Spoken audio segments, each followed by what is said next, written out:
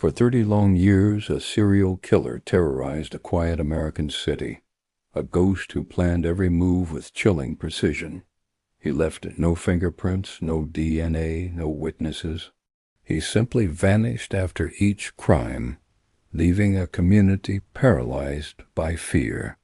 Investigators were baffled, admitting he was one of the most intelligent and elusive criminals they had ever encountered. For decades, they were losing the game. This killer wasn't just methodical, he was arrogant. He sent taunting letters to the police and local newspapers, reveling in the media spotlight. He signed his messages with 3 letters, B, T, and K, standing for bind, torture, kill. It was a horrifying signature for his brutal work, and he enjoyed proving he was smarter than everyone trying to catch him.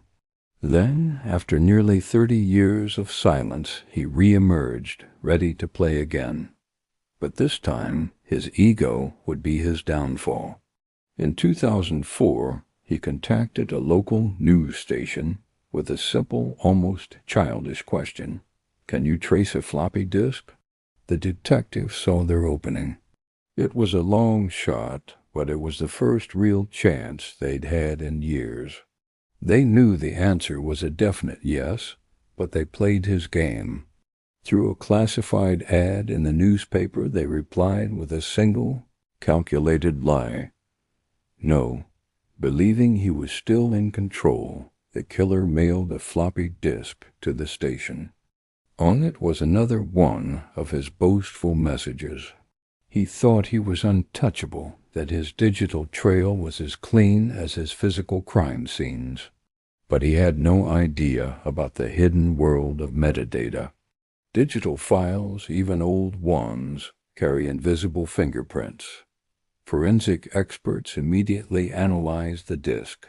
Buried in the document's hidden data, they found 2 crucial clues: the name, Dennis, and a link to Christ Lutheran Church. Investigators raced to the church and discovered that its computer had recently been used by the church council president, a man named Dennis Rader. Suddenly, the ghost had a name. Dennis Rader was a family man, a respected figure in his community, and a local compliance officer.